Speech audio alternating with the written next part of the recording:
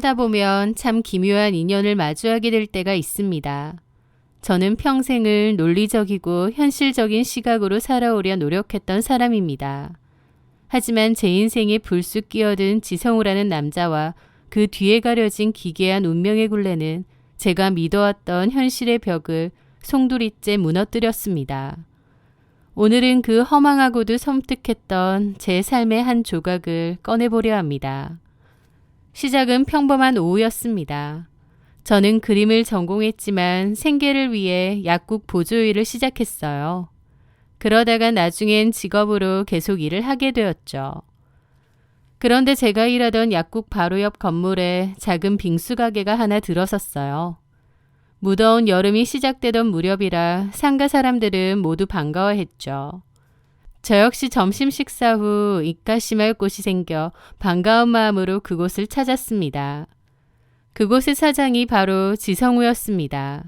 그는 첫눈에 봐도 참 싹싹하고 인상이 좋은 사람이었어요. 땀을 뻘뻘 흘리면서도 손님 하나하나에게 눈을 맞추며 인사했고 그가 내놓은 빙수는 너무 맛있고 제 스타일이더라고요. 저는 금세 그 가게의 단골이 되었습니다. 포장을 자주 해갔고 약국 식구들에게 생색을 내며 간식으로 빙수를 사다 나르기도 했습니다. 하루에 한 번은 꼭 들르다 보니 자연스럽게 성우 씨와 대화를 나누는 시간이 늘어났어요.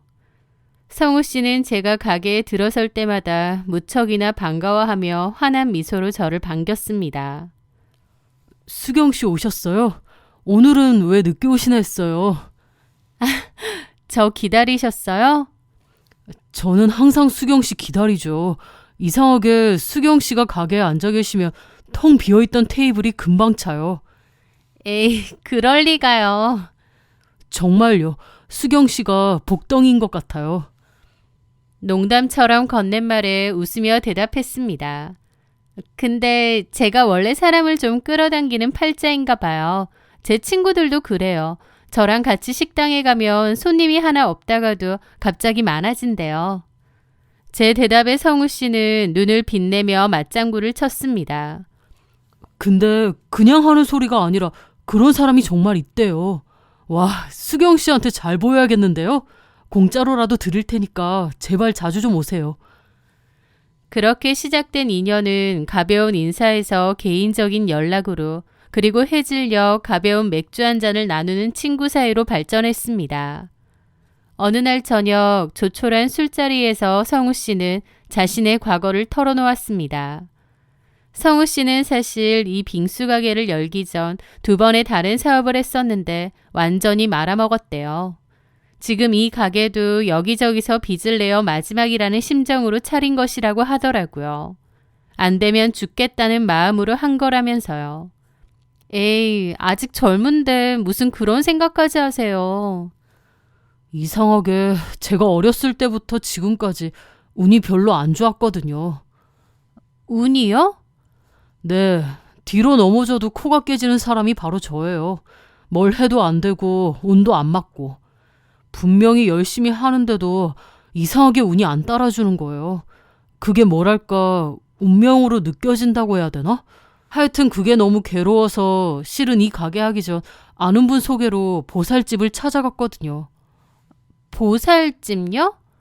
네, 너무 답답해서요. 영춘보살이라는 보살님인데 그분이 저한테 그러시는 거예요. 불을 멀리하고 물을 가까이 해라. 물이나 얼음을 팔아야 살 길이 열린다고요. 심지어 그 보살이 찝어준 동네가 바로 이곳이었다고 했습니다.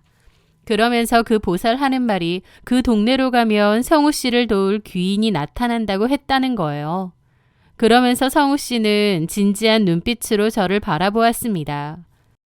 제가 가만 생각해보니 그 보살님이 말한 귀인이 바로 수경 씨 같아요. 네? 제가요? 제가 무슨요. 성우 씨 도운 것도 없는데. 아니요. 수경 씨 만나고 나서 장사가 잘 되기 시작했거든요. 그냥 하는 소리가 아니라 제 마음이 정말 그래요. 수경 씨가 그 귀인이 아닐까. 수경 씨는 제 인생에 나타난 행운같이 느껴지거든요. 갑작스러운 귀인 소리에 쑥스럽기도 했지만 기분은 좋았습니다. 하지만 제 생각엔 그저 그가 열심히 노력한 결과인 것 같았어요. 귀인이라 해주시니까 감사하지만 사실 제가 보기에는요. 사장님이 열심히 하고 빙수가 맛있으니까 잘 되는 것 같아요. 사람 입맛 비슷한데 제가 먹어보면 사장님 빙수 정말 맛있거든요. 또 워낙 열심히 하시잖아요. 친절하고 아마 더 대박 나실 거예요. 나중에 대박 나서 성공하셔도 저 모른 척 하시면 안 돼요. 장난 섞인 제 말에 성우 씨는 갑자기 진지한 표정으로 변하더니 제게 고백을 해왔습니다. 제가 수경 씨를 어떻게 모른 채 하겠나요? 오히려 평생 곁에서 같이 있고 싶은데요. 네? 저 수경 씨를 진심으로 좋아합니다. 그러면서 고백을 했고 좀 당황스럽더라고요. 사실 저는 그때까지 그가 좋은 친구일지언정 이성적인 호감을 크게 느끼지는 못하고 있었어요. 하지만 저를 귀인이라 칭송하며 지극정성으로 대하는 그의 태도에 저도 마음이 서서히 흔들렸습니다. 사실이든 아니든 누군가에게 귀인 같은 대접을 받는다는 건 꽤 기분 좋은 일이었으니까요. 그렇게 저희는 연애를 시작했습니다. 그런데 놀랍게도 정말 성우 씨의 귀인 소리가 맞았는지 저희가 연애를 시작함과 동시에 그의 사업은 무서운 속도로 확장되었습니다. 1호점은 늘 문전성시를 이뤘고 불과 1년 반 만에 2호점 분점을 낼 정도로 자본이 모였거든요. 성우 씨는 중요한 결정을 내릴 때마다 영춘보살을 찾아갔습니다. 분점을 내기 전에도 보살은 운에 올라탔으니 거침없이 나아가라며 부추겼어요. 그리고 결과는 성공적이었고요. 성우 씨는 저를 행운의 부적이라 불렀습니다. 그렇게 결혼을 앞두고 제게 이런 말을 했습니다. 수경아, 나는 평생 왜 나는 운이 없을까, 왜 뭘 해도 안 될까 자책하며 살았어. 그런데 너를 만나고 나서 내 인생에 구멍난 곳들이 다 메워지는 기분이야. 나랑 결혼해서 내 좋아진 운 너도 나눠 가지면서 살자. 저 역시 나를 이토록 소중히 여기는 남자라면 평생을 함께해도 좋겠다고 생각했습니다. 그렇게 저희는 결혼식을 올렸고 결혼 생활 1년은 그야말로 꿈결 같았습니다. 남편과 사이도 좋았고 사업은 3호점 논의가 오갈 만큼 번창했거든요. 적어도 그때까지는 영춘보살의 예언이 적중하는 것처럼 보였습니다.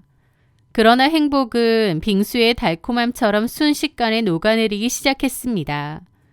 결혼 1주년이 지났을 무렵 남편이 2호점 출근길에 큰 교통사고를 당했거든요. 신호 대기 중이던 남편의 차를 뒷차가 강하게 들이받은 것이었죠. 생명에는 지장이 없지만 남편은 심각한 목 디스크와 근육 손상으로 장기간 병원 치료를 받아야 했습니다. 그런데 불행은 여기서 멈추지 않았습니다. 남편이 병원 치료로 오가던 사이 오랫동안 지병을 앓으시던 시어머니께서 정말 갑작스럽게 상태가 악화되어 돌아가시고 말았어요. 갑자기 악화가 된 시점에서 일주일도 안 돼서 돌아가셨으니 너무 황망하게 돌아가신 거였죠. 남편은 목에 깁스를 한 채 상주자리를 지키며 눈물을 흘렸습니다. 남편의 교통사고에 어머님은 돌아가시고 갑자기 왜 이러지 싶던 차에 남편의 사업체 근처에 남편의 레시피를 교묘하게 따라한 저가형 빙수 가게들까지 우후죽순으로 생겨나기 시작했습니다. 심지어 공들여 내놓은 신메뉴는 인기도 없었고 3호점은 오픈하자마자 파리만 날리는 신세가 되었죠. 갑자기 불행들이 손을 잡고 마구 달려오는 기분이었어요. 남편은 극심한 스트레스에 시달렸습니다. 그러면서 급하게 영춘보살을 찾아다녔습니다. 남편은 무언가 막아 낀 것이 분명하다며 보살님의 도움이 필요하다고 굳게 믿었거든요. 하지만 저는 사실 남편의 그런 모습이 달갑지 않았습니다. 너무 보살의 말에 좌지우지하고 의존하는 게 좀 그랬죠. 사실 냉정하게 따져보면 영춘보살이 추천했던 3호점의 입지는 최악이었습니다. 게다가 가맹점 사업을 도울 새 직원을 뽑을 때도 직원 후보 사진을 여러 명 영춘보살에게 갖고 갔는데 그중 한 명을 꼽았거든요. 그런데 그 직원은 불성실한 태도로 문제를 일으켰고 결국 남편과 일 관련해서 법적 다툼까지 갔습니다. 저는 사실 영춘보살 말이 전혀 맞지 않다고 느꼈어요. 여보, 그 보살 말이야. 가만 보면 제대로 맞히는 게 없는 것 같은데? 사무점도 위치도 그렇고 직원도 그렇고 시키는 대로 해서 잘 된 게 뭐가 있어. 오히려 부적값이다 뭐다 그 보살한테 돈만 엄청 들이고 있잖아. 제 지적에 남편은 이성을 잃고 소리를 질렀습니다. 보살님 아니었으면 나는 진작에 뛰어내렸을 놈이야. 나더러 물장사하라고 해서 이만치 키워준 분이야. 당신이 열심히 한 거지 무슨. 아 참, 모르는 소리 말라니까. 영춘보살님 말대로 해야 돼. 라는데 그 눈빛이 너무 무서웠습니다. 남편은 이미 영춘보살을 신격화하고 있는 것 같았거든요.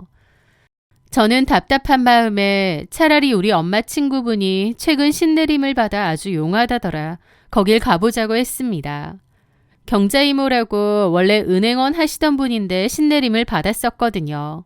하지만 남편은 영춘보살이 아니면 안 된다며 요지부동이었습니다. 결국 저는 남편에게 따라가겠다고 했습니다. 영춘보살이 뭐라고 하는지 궁금했거든요. 왜냐면 남편을 가스라이팅하는 기분마저 들었으니까요. 그렇게 영춘보살의 신당에 갔는데 처음엔 저를 싫어하지 않았어요.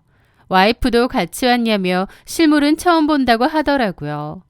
저는 사실 미신도 크게 믿지 않고 또 영춘보살에게 썩 좋은 감정은 아니었기에 인사 정도만 하고 무표정하게 앉아 있었습니다. 보살이 묻는 말에도 건조하게 적당히 대답했고요. 그런데 제 모습에 보살의 심기가 건드려졌나 보더라고요. 갑자기 방울을 흔들며 소리를 지르기 시작했죠. 인연 눈빛 봐. 신령님이 노하셔서 앞이 보인다. 인연 때문에 지서방 울로가 다 막히게 생겼어. 당장 나가.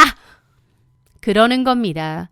갑자기 저더러 인연전연 하길래 저도 너무 기분 나쁘고 황당했죠. 그런데 더 황당한 건 남편이었습니다. 남편은 사색이 되어 급하게 저보고 나가 있으라는 거예요. 그렇게 쫓겨났는데 너무 황당했죠. 차에서 기다리는데 부하가 치밀더라고요. 저 사람 뭔가 싶고요. 그렇게 남편이 점사를 보고 나왔고 집으로 가는 길에 남편에게 저 점쟁이 완전 이상하다고 했습니다. 그런데 남편은 제가 뭐라고 하든 대꾸도 없이 생각에 잠긴 듯 운전만 하더라고요. 그래서 저 보살이 뭐라고 하더냐고 물어보니 그러는 겁니다. 실은 영춘보살님이 그러시는데 전에 처음 가게 할 때 나한테 귀인이 온다고 했잖아. 그게 나인 것 같다며. 근데 아까 그러시는데 실제로 보니 그 귀인이 당신이 아니래. 뭐? 좀 어이없었습니다. 그래서 제가 물었습니다. 그래서? 아니, 그렇대. 그 보살 진짜 웃기네. 지 마음대로 이랬다가 저랬다가 괜히 내가 마음에 안 드니까 안 좋게 말하나 봐. 그런 사람이 무슨 점쟁이야? 자기야, 그런 거 믿지 마. 귀인이고 뭐고 자기 기분대로 말하는데 그런 걸 왜 믿어? 그리고 그 사람 말대로 해서 안 된 게 더 많어. 내 보기엔 완전 허수야. 제가 직접 만나보니 완전 사이비 그 자체였거든요. 그런데 남편의 생각은 달랐던 모양이었습니다. 제가 귀인이 아니라고 했던 그 말이 남편의 가슴에 깊이 새겨진 모양이었죠.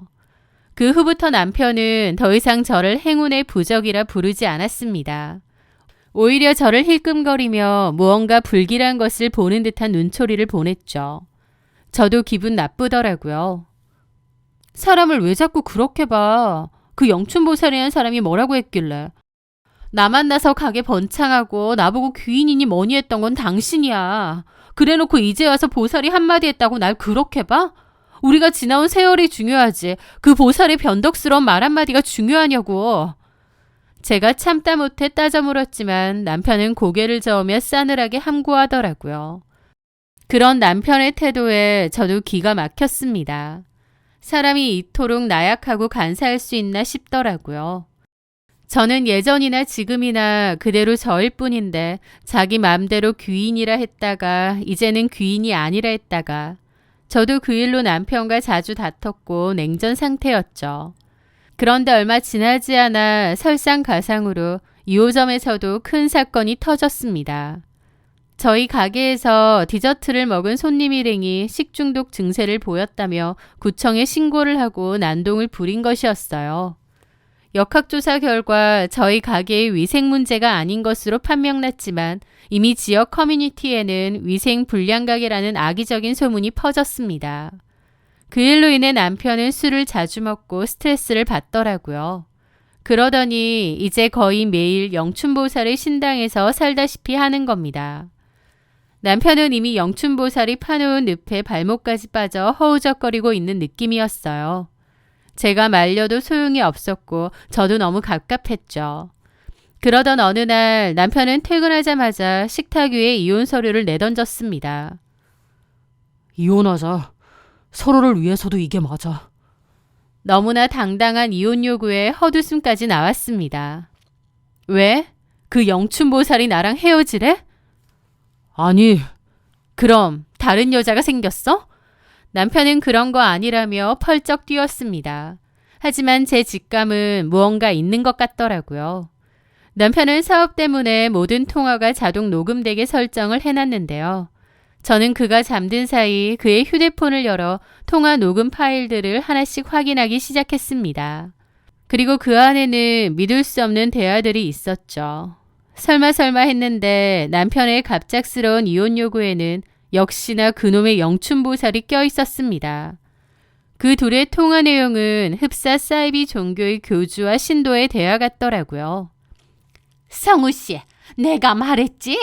당신 아내가 붙어있는 한 당신 사업은 절대로 안 살아나. 그것뿐이야? 당신 실수에도 아주 안 좋아. 그 여자가 당신 기운을 다 빨아먹고 있다고. 내가 그날 봤을 때 얼마나 기운이 안 좋던지. 네, 보살님. 저도 이제 무서워요. 와이프 얼굴만 봐도 소름이 돋습니다. 내가 그때 소개해준 고은아 씨 있지? 그 사람이 진짜 성우 씨 배필이야. 이 여자 사주가 황금 사주라 성우 씨 옆에 있으면 재물이 화수분처럼 쏟아질 거야. 그뿐인가 성우 씨 건강 운에도 아주 좋아. 지금 와이프는 상극이고 성우 씨를 갉아먹고 있다고. 남편은 보살의 말에 내내 거린과 동시에 그 고은아라는 여자와 이미 은밀한 만남을 이어오고 있었더라고요. 보살이 소개해준 상간녀라니 이 얼마나 기괴하고 황당한 일인가요. 녹음 파일 속에서 남편은 고은아에게 보살님이 우리 천생연분이라고 하셨다. 하루빨리 당신과 새 인생을 시작하고 싶다며 사랑을 속삭이고 있었습니다. 저는 남편의 카톡을 뒤져 고은아의 프로필 사진도 확인했습니다. 사진 속 여자는 저보다 나이도 꽤 많아 보였고 남편이 평소 말하던 이상형과는 거리가 멀었습니다. 화장기 진한 얼굴에 욕심이 덕지덕지 붙은 듯한 인상이었죠. 한눈에 봐도 영춘보살과 한패 같기도 했어요. 다음 날 저는 이 녹음 파일들을 남편 앞에 틀어놓았습니다. 이게 당신이 말한 그 신성한 영춘보살의 가르침이야? 점쟁이가 여자까지 붙여주면서 이혼하라고 시키는 게 말이 돼? 아, 제발 정신 좀 차려. 당신 정말 눈이 멀어도 단단히 멀었어. 그런데 남편은 당황하기는커녕 오히려 도끼 어린 눈으로 저를 노려보았습니다. 남의 폰 뒤진 거야? 이러니까 보살님이 당신을 악연이라고 한 거야. 뭐라고? 은하 씨는 당신처럼 나를 가르치려 들지 않아. 나를 존중해주고 내 운을 빌어준다고. 당신이랑 살면서 억눌렸던 내 기운이 은하 씨 만나고 나서 살아나는 기분이야. 라는데 진짜 정남이 떨어지더라고요. 뭐 이런 상등신 같은 인간이 다 있나 싶고요. 남편은 이미 정상적인 판단력을 상실한 상태 같았습니다. 저는 화가 나 영춘보살에게 전화를 걸어 미친 듯이 따졌습니다. 남의 가정을 파탄낸 죗값을 어떻게 치르려고 이러냐고요. 하지만 보살은 코웃음 치더라고요. 지성우 씨는 대운이 들어왔는데 당신 같은 앙구름이 가리고 있어서 내가 치워주는 것뿐이야. 사주가 그렇다는데 왜 나한테 전화해서 따지고 지랄이야 지랄이. 다시는 이런 전화 하지 마세요. 하면서 전화를 끊어버리더라고요. 게다가 남편은 그날로 짐을 싸서 나갔습니다. 어쩌면 그것도 그 보살이 시킨 걸지도 몰랐죠. 별거가 시작되자 남편은 집요하게 협의혼을 요구했습니다. 유책 배우자인 주제에 당당하기 짝이 없었죠. 저는 처음엔 절대 이혼해주지 않겠다고 버텼습니다. 그리고 고은아라는 여자에게 상간녀 소송을 걸었죠. 하지만 시간이 흐를수록 제 몸과 마음이 피폐해졌습니다. 저라고 남편에게 미련이 남았겠나요? 등신같이 보살말만 듣고 저러고 있는데 정말 정남이란 정남이는 다 떨어졌죠. 저런 어리석은 인간을 붙잡고 내 소중한 인생을 낭비하는 것이 무슨 의미가 있나 싶기도 했고요. 결국 오랜 고민 끝에 저는 결단을 내렸습니다. 위자료와 재산 분할에서 최대한 유리한 조건을 받아내고 이 진흙탕에서 발을 빼기로 한 것이죠. 좋아, 이혼해줄게. 대신 내 몫은 깔끔하게 정리해줘야겠어. 위자료랑 재산 분할에 합의하면 도장 찍어. 그럼 끝내줄 테니까. 남편은 고은아와 빨리 결합하고 싶었는지 아니면 영춘보살이 재산 좀 떼어주고 빨리 끝내라고 한 건지 군말 없이 제 요구 조건에 응했습니다. 그렇게 저는 3년간의 결혼 생활을 뒤로하고 법원을 나섰습니다.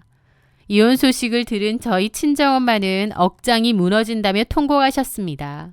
하지만 엄마의 오랜 친구이자 신내림을 받은 경자이모는 제 얼굴을 보더니 의외의 말을 던졌습니다. 수경아, 잘 나왔다. 그놈 옆에 계속 있었으며 너까지 아주 안 좋아. 그게 무슨 말이에요, 이모? 네 전 남편 사주 보니까 이건 사람 사주가 아니라 썩어 문드러진 고목나무 사주야. 원래 시어머니 죽을 때 같이 죽었어야 할 운명이라고. 네? 근데 옆에 있는 네 기운이 워낙 맑고 강해서 그놈 목숨을 연장해 준 거야. 너는 그놈한테 그냥 돈 벌게 해주는 귀인 정도가 아니라 생명의 은인이었어. 그걸 네 전 남편만 몰랐던 거지.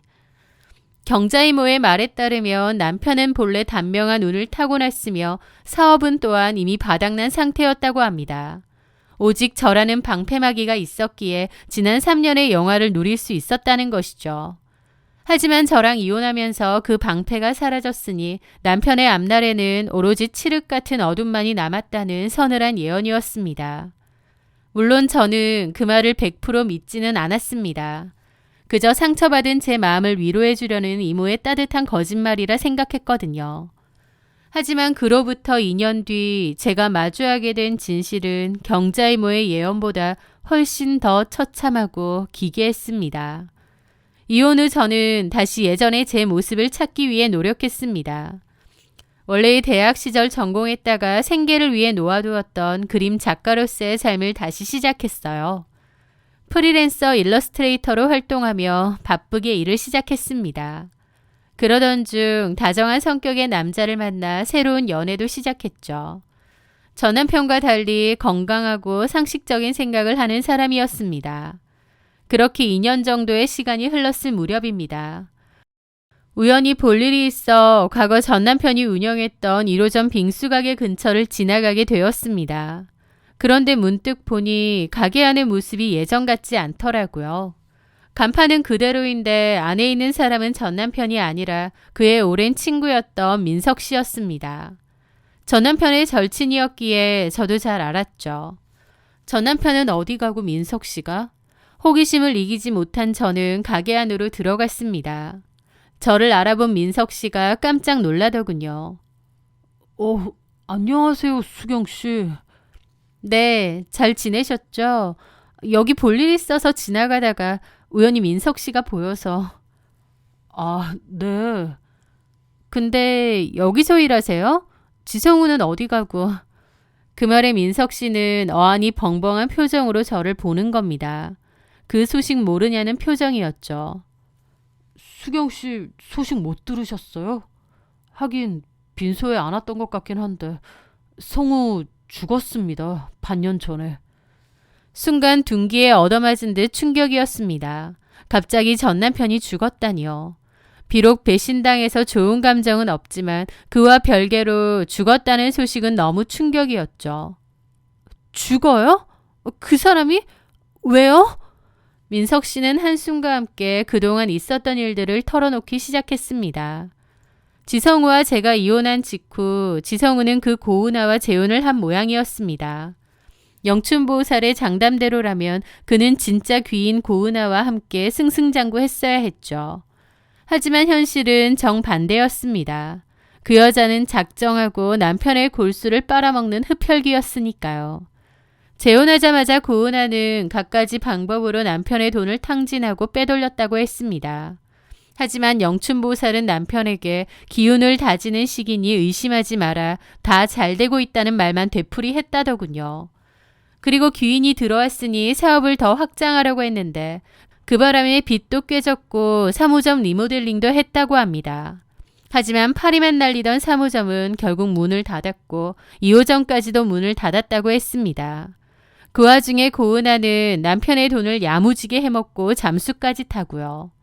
민석 씨의 말에 따르면 전 남편은 마지막 순간에야 자신이 속았다는 것을 깨달았다고 하더라고요.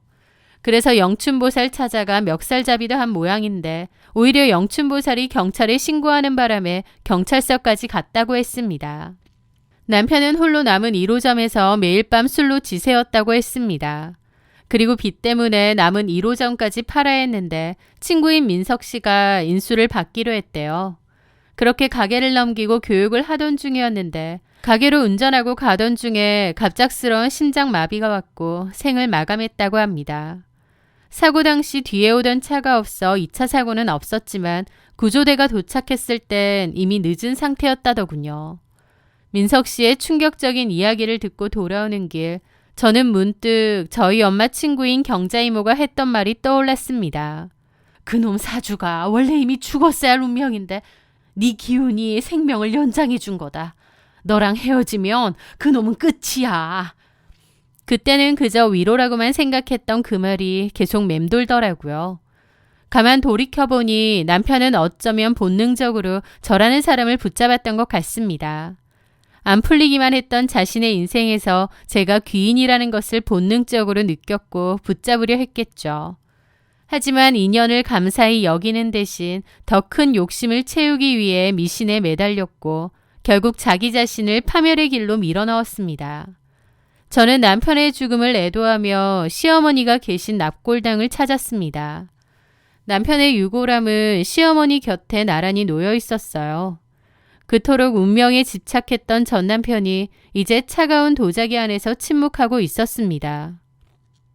성우 씨, 거기서는 누구의 말도 듣지 말고 그저 편히 쉬어요. 영춘보살도 고은아도 귀인이라 믿었던 나도 다 있고.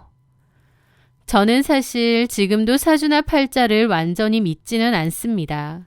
하지만 이 일을 겪으며 한 가지 확실하게 깨달은 것이 있습니다. 운명을 결정짓는 것은 점괘가 아니라 내 곁에 있는 소중한 사람을 대하는 진심이라는 사실이요.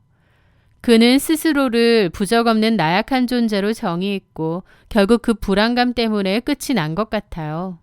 참으로 기묘하고도 허무한 일이 아닌가 싶습니다. 가끔 길가에서 무속인의 깃발이 나부끼는 것을 보면 영춘보살이 떠올라 숨이 멎는 듯한 기분이 들 때도 있어요. 하지만 제 옆에서 따뜻하게 제 손을 잡아주는 연인의 온기를 느끼며 평온을 되찾습니다. 정해진 운명이 아니라 내 스스로 개척해 나가며 살아나가려 해요. 제 사연 들어주셔서 감사합니다.